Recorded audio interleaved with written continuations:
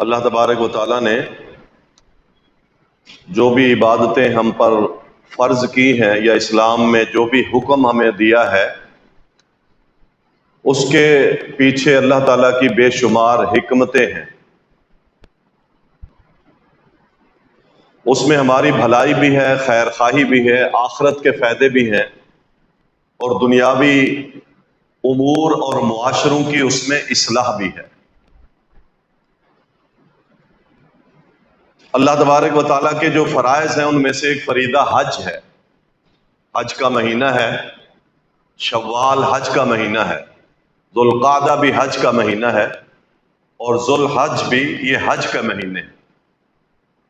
اس میں اللہ تبارک و تعالیٰ نے خصوصی طور پر قرآن کریم میں حکم دیا کہ ان دنوں میں، اشہر الحج میں، جس پر حج فرض ہو گیا ہے اس پر ضروری ہے کہ وہ فلا رفث ولا فسوق ولا جدال، وہ اپنے کردار کو سنوارنے کی کوشش کرے۔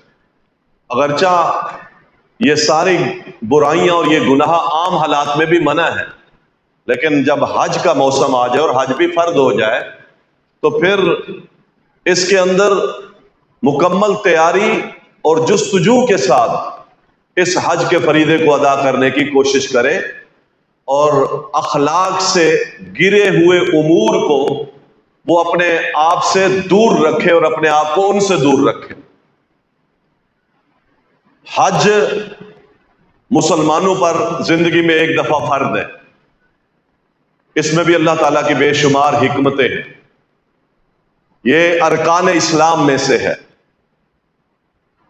اس حج کی فرضیت میں بہت ساری چیزیں ہیں جو اس حج کے اصل مقاصد ہیں، ان مقاصد کو سمجھنا ہمارے لیے بہت ضروری ہے، تاکہ جب ہم اس فریضے کو ادا کریں تو وہ مقصد پانے کی کوشش کریں جو اللہ تبارک و تعالیٰ کی منشا ہے اور اللہ کی چاہت ہے۔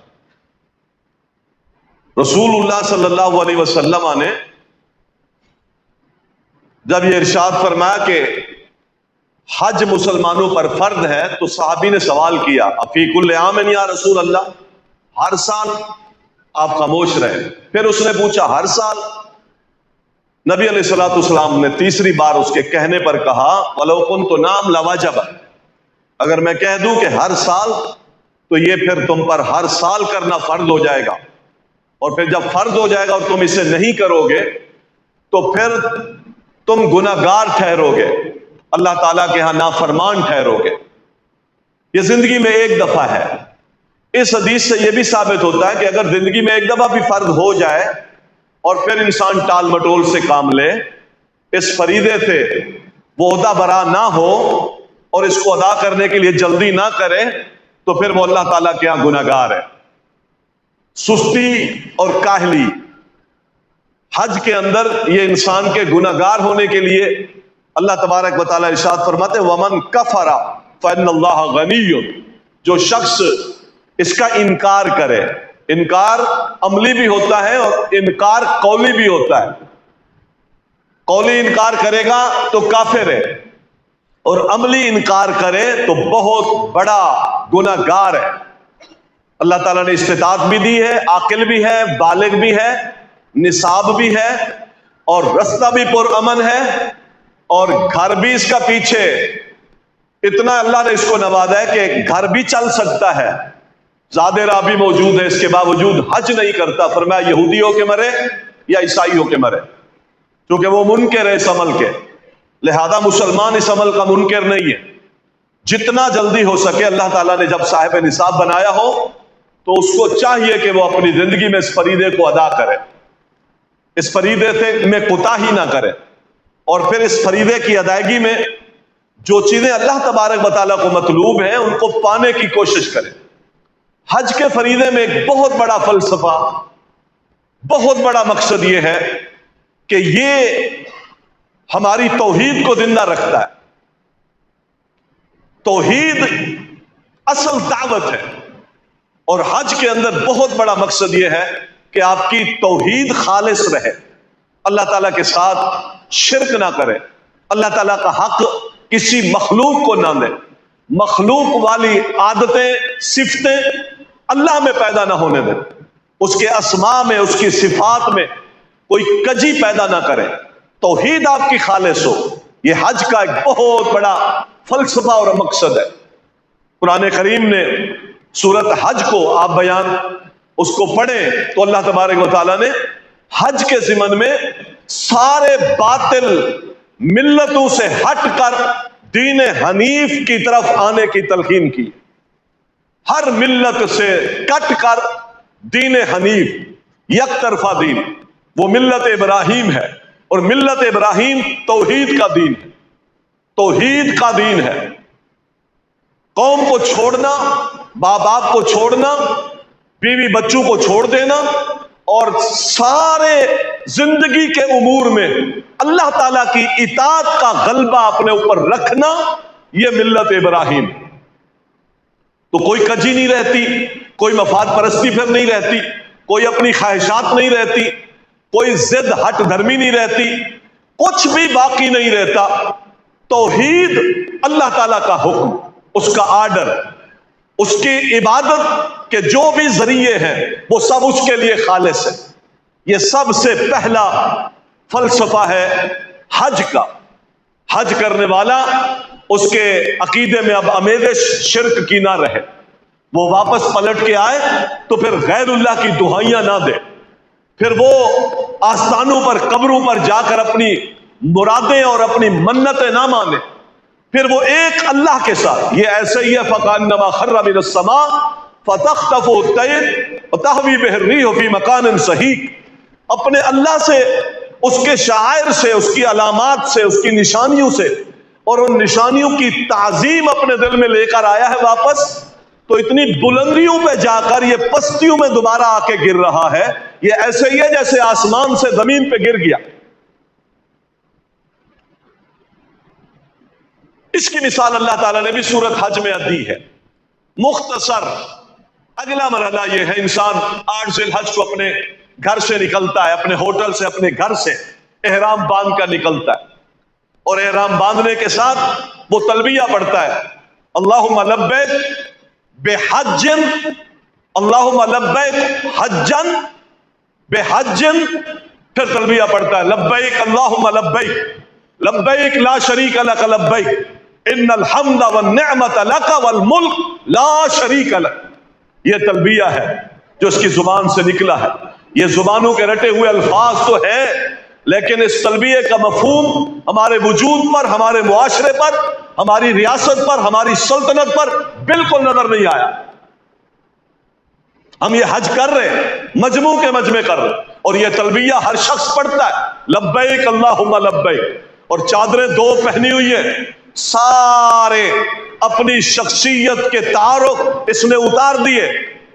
2 چادریں، یہ 2 چادریں ہیں، شخصیت کا تعارف اس میں مختلف تھا، لباس اس کا الگ تھا، اسٹائل اس کا الگ تھا، وضاقتہ اس کی الگ تھی، رہن سہن اس کا الگ تھا، لیکن یہ سارے اسٹائل زندگی ہٹا دیے ہیں، اور کیا پہنی ہے؟ 2 چادریں سب نے پہنی۔ اب یہاں اپنا اسٹائل کوئی نہیں رہا، اپنی ذات کوئی نہیں رہی، اپنی سوچیں کوئی نہیں رہی، اپنے مقاصد کوئی نہیں رہے، معاشرے میں جو اپنا امتیاز تھا وہ کوئی نہیں رہا۔ چھوڑ ان ساری چیزوں کو جس میں میں الجھ گیا ہوں، 2 چادریں پہن، اسلام نے کہا یہ 2 چادریں پہن۔ بعد اہل علم نے لکھا ہے یہی 2 چادریں تھیں، 2 چادریں، ایک دھوتی پہنی تھی، ایک کندھوں پہ چادر ڈالی تھی۔ باپ بیٹے نے، وہ باپ بیٹا جو پتھر اٹھا اٹھا کر بیت اللہ کی دیواریں کھڑی کر رہے تھے، یہ 2 چادریں انہوں نے باندھی ہوئی تھی، کپڑے مختصر تھے۔ ان 2 چادروں کے باندھنے سے ان کی زندگی کو بھی تصور میں لا کہ وہ اللہ کی اطاعت کے لیے کتنا گردن جھکائے ہوئے اس صحرا میں جہاں کوئی نہیں ہے، رب نے کہا کھڑا کر، وَإِذْ عَلَى إِبْرَاهِيمَ مَكَانَ الْبَيْتِ، ہم نے جگہ دکھائی تھی، یہ ڈھیری تھوڑی سی ابری ہوئی ہے، یہاں میرا گھر ہے، بیٹے کو بلا، مستری بن، مزدور بنے تیرا بیٹا، اللہ کا گھر بنا یہاں پر۔ یہ 2 چادریں پہنی ہوئی وہ شعار ہے جو آج حاجی پہنتا ہے، اور زبان سے کہتا ہوا سارے اپنے جسمانی امتیازات کے بت توڑ کر کہتا کیا ہے؟ لبیک تیری اطاعت کے لیے حاضر ہوں، تیری اطاعت کے لیے حاضر ہوں، اللہ تو جو کہے گا، اب زندگی تیرے کہنے کے مطابق گزرے۔ لبیک، جو تیرا مطلوب ہے، میری زندگی کا مقصد وہ ہے۔ یہ ہے زندگی مسلمان کی، یہ ہے اس تلبیہ کا معنی، لبیک اللہم لبیک لا شریک لک لبیک۔ بڑے بڑے طاغوت ہیں، بڑے بڑے شیطان ہیں، بڑے بڑے سردار ہیں، بڑی بڑی ریاستیں ہیں، بڑی بڑی سلطنتیں ہیں، یا اللہ اب تیرے مقابلے میں کسی کو میں سلطان، اور تیرے مقابلے میں کسی کو جابر، تیرے مقابلے میں کسی کو بگڑیاں بنانے والا اب نہیں مانتا۔ لا شریک لک لک ان الحمد والنعمت لک۔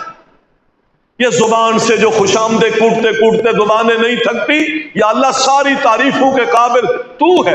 ان الحمد والنعمت، یا اللہ نعمتیں جتنی بھی ہیں میرے پاس ہیں یا اس کائنات میں کسی ملک، ریاست، کسی حکومت کے پاس ہے یا کسی بڑے چھوٹے کے پاس ہے، یا اللہ یہ ساری عطا کردہ تیری ہے۔ یہ اقرار ہے، اقرار ہے۔ ساری دنیا کا ایک منظر اس کے سامنے ہے، اور ایک عالمی اقرار نامہ ہے جو اپنے بندہ اپنے رب کے سامنے پیش کر رہا ہے۔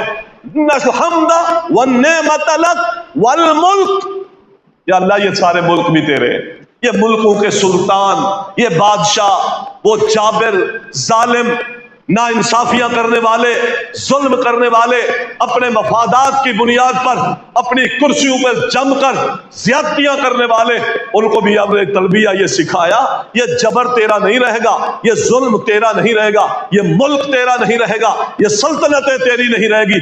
تلبیہ تو یہ پڑھتا ہے، ان الملک، یا اللہ ملک تیرا ہے، سلطنت تیری ہے، تؤتی الملک من تشاء وتنزع الملک ممن تشاء وتعز من تشاء وتذل من تشاء۔ یہ تلبیہ کا مفہوم ہے، یہ سب کو سکھایا ہے۔ جو بھی جائے گا، حکمران جائے، بادشاہ جائے، وزیر جائے، کوئی دنیا کا بڑا انسان جائے، تلبیہ یہ پڑھے گا، ان الحمد والنعمت لک والملک لا شریک لک۔ یہ تلبیہ ہے۔ اس تلبیہ میں یہ سارا سبق ہے، یہ ساری نصیحت ہے۔ میرے جوڑ جوڑ کے اندر یہ فکر اس تلبیہ نے پیدا کر دی ہے۔ حاجی بننے جا رہے ہیں نا، کام کتنا ہے؟ کسی بھی عبادت کو آپ دیکھیں، کسی بھی عبادت کو، اس میں کیا ہے؟ اس میں تسبیح ہے، اس میں تحلیل ہے، اس میں اللہ کا ذکر ہے۔ نماز پڑھتے کتنا ذکر ہے، روزہ رکھتے ہیں کیا کیا کرتے ہیں، آپ دیکھیں۔ لیکن اس عبادت میں اتنا کچھ بھی نہیں ہے، چند باتیں، یا تو آپ نے اللہم لبیک حجن کہا ہے، یا پھر آپ نے صرف تلبیہ پڑھا ہے۔ اس کے علاوہ آپ پورا دکھا دیں۔ ہاں البتہ نبی صلی اللہ علیہ وسلم کی حدیث ہے، عرفات کے اندر بہترین دعا کون سی ہے؟ لا الہ الا اللہ وحدہ لا شریک لہ لہ الملک ولہ الحمد یحیی ویمیت وہو علی کل شیء قدیر۔ یہ بہترین دعا ہے یوم العرفہ کی، عرفہ کی بہترین دعا ہے۔ اس کے علاوہ آپ کرتے کیا ہیں؟ کیا کرتے ہیں؟ صفا مروہ پہ ایک دو دعائیں ہیں۔ 5 دن 6 دن کا یہ پیریڈ ہے، اس میں آپ بتائیں نا ذکر کتنا ہے، تسبیحیں کتنی ہیں، دعائیں کتنی پڑھائی گئی ہیں۔ نماز کے ایک ایک حصے میں آپ دیکھیں کتنی دعائیں ہیں، جو ہمیں اگرچہ یاد نہیں ہے لیکن بہت دعائیں ہیں۔ سجدے میں بے پناہ دعائیں، رکوع میں بے پناہ دعا۔ یہ 6-8 دن کا سفر ہے، واپس پلٹ آتا ہے، فرمایا آج جیسے اس کی ماں نے اس کو جنا ہو، گناہوں سے ایسے پاک ہوتا ہے۔ کیا کیا اس نے؟ کیا کیا ہے اس نے؟ اس نے وہ عبرتیں حاصل کی ہیں، وہ مقصد حاصل کیا ہے، اس فلسفے کو سمجھا ہے جو اس کے پیچھے کارما تھا، اس کو سمجھ کر اس کے مطابق اپنی زندگی بنانے کا اپنے اللہ سے عزم کیا ہے۔ اللہ نے اس کی زندگی کے سارے کبائر بھی معاف کر دیے، صغائر بھی معاف کر۔ اس کے پیچھے یہ فلسفہ ہے۔ یہ 2 چادریں پہن کر مساوات کا سبق لے کے جا رہا ہے۔ یہ جو یہاں ظلم کرتا ہے، چادریں سب نے ایک پہنی، مساوات نہیں ہے۔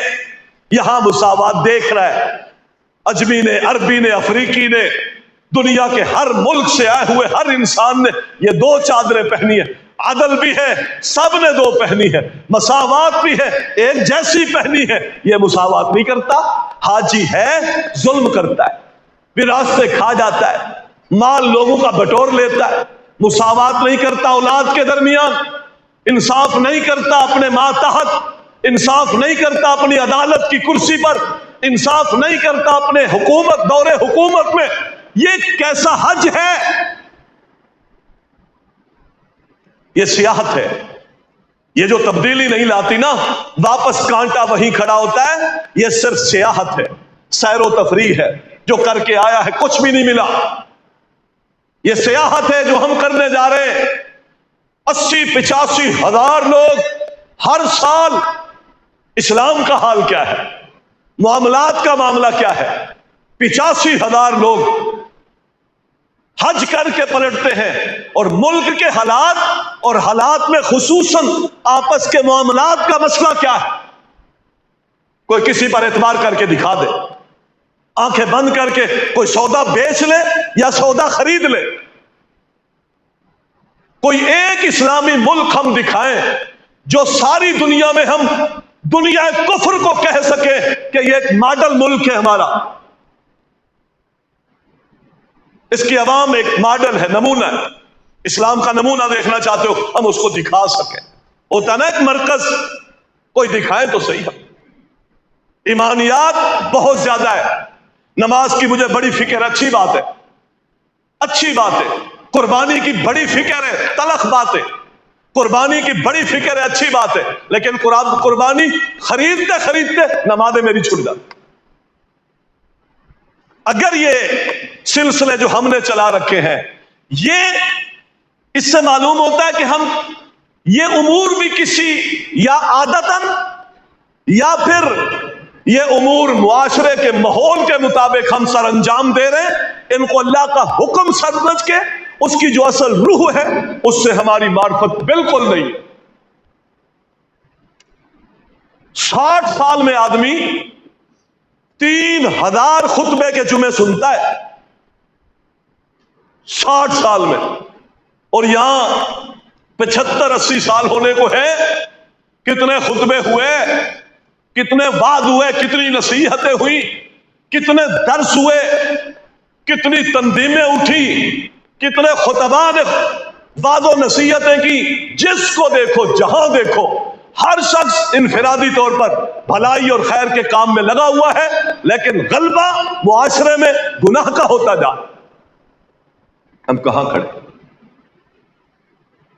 یہ قربانی کرنے والے ہم مسلمان اور یہ حج کرنے والے مسلمان, ہم ایمانیات کے اعتبار سے بڑے جوشیلے, نماز میں بڑے جوشیلے, جمعوں میں بڑے جوشیلے, اور معاملات ہمارے زیرو ہیں. معاملات ہمارے زیرو ہیں. کوئی ایک ماڈل ملک بیان کرے, حوصلہ شکنی نہیں کر رہا ہوں, اصلاح کے پہلو سے اپنے معاملات پر تنقید کر رہا ہوں. معاملات میں ہم کیسے, امور میں ہم کیسے, معاشرتی اصول میں ہم کیسے, ریاست کے بنے ہوئے اصولوں پر کاربند رہنے کے لیے ہم کیسے.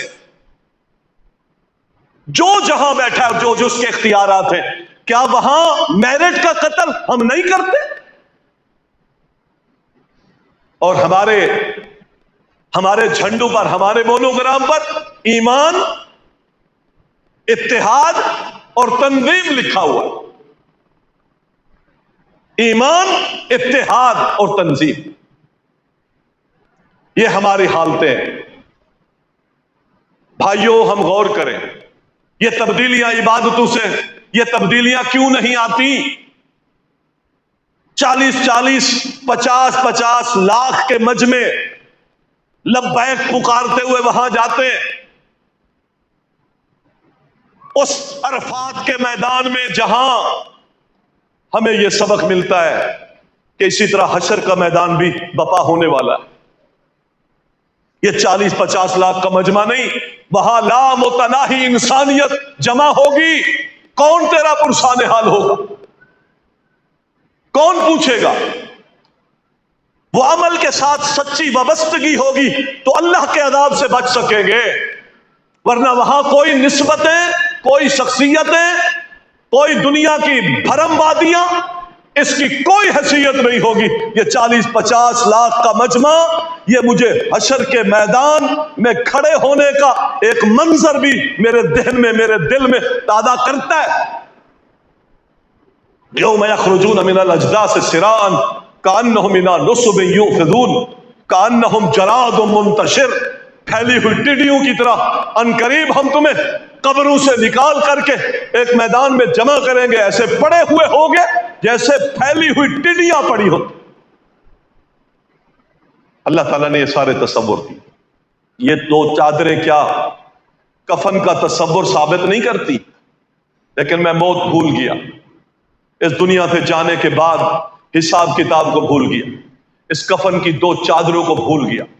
یہ چادریں اس کفن کی تیاری کے لیے بھی میرے ذہن کے اندر یہ بات تازہ کرتی ہے کہ یہ پہننی ہے، یہ پہن کے یہاں سے جانا ہے.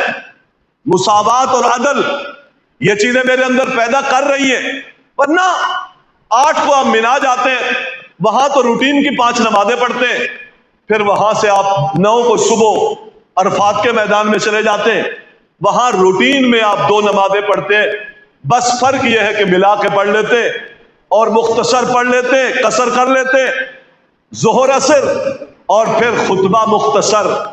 اس خطبے کا پہلو بھی آج ہمارے مندر سے اوجھل ہے جو عرفات کے میدان میں محمد الرسول اللہ صلی اللہ علیہ وسلم نے دیا تھا.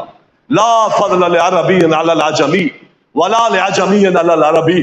لوگوں اپنے سینوں کو تنگیوں سے خالی کر دو، لوگوں اپنے سینے کو تکبر سے خالی کر دو، لوگوں اپنے سینوں کو تعصب سے خالی کر دو.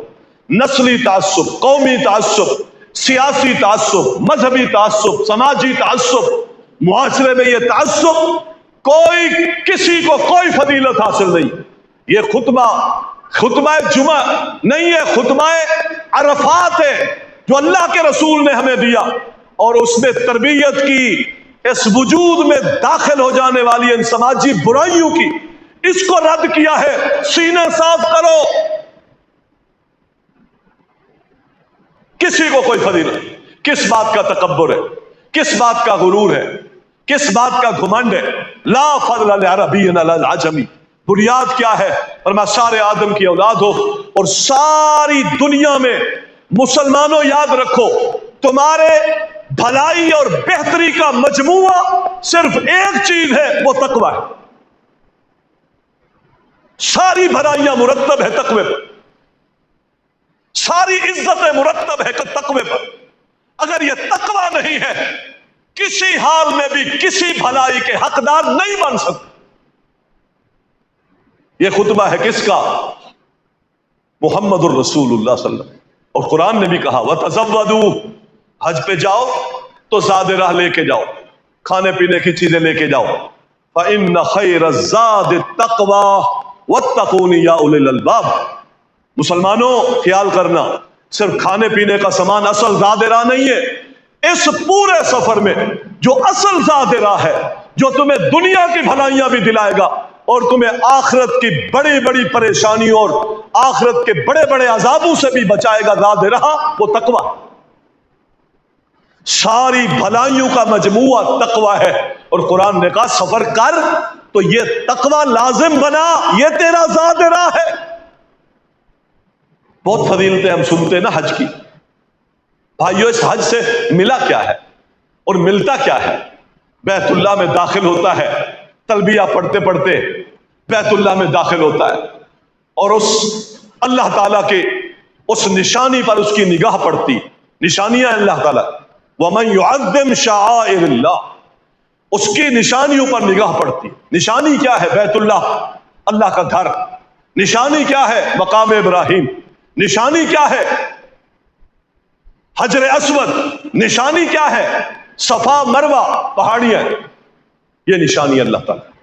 اور اللہ تعالیٰ کہتے ہیں کہ وَمَن يُعَظِّمْ شَعَائِرَ اللَّهِ، تو آیا ہے سیر و تفریح کرنے نہیں، سیلفیاں موویاں تصویریں بنانے نہیں، پچھلوں کو یہ دکھلانا کہ میں پہنچ گیا ہوں، میں کر رہا ہوں. یہ شہادتیں اللہ کے پاس کافی ہے. لہذا ان سیلفیوں کی شہادت سے باہر نکل حاجی، نمازی.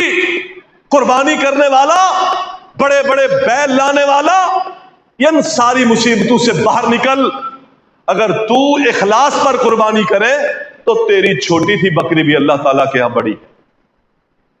اور یہ جو بڑے بڑے کیٹل فارم آ رہے ہیں نا، فارم سے بڑے بڑے جانور، یہ میرے ریاکاری میں مبتلا ہونے کی وجہ سے وہ ان کو ایسی خوراک انجیکشن دیتے ہیں کہ گوشت لٹک جائے اور یہ بیچارہ خریدے۔ یہ ریاکار قربانی کرنے والا۔ اور اگر حکم ہو جائے نا، میں تو کہتا ہوں سعودیہ کی طرح UAE کی طرح کہ یہ آپ نے جانور گھر نہیں لانا، وہاں سے لینا ہے اور مذبح خانے میں وہی پہنچانا ہے، وہی تمہاری قربانی ہوگی، تو میرے خیال میں یہ بڑے جانور بکنا بند ہو جائے گا۔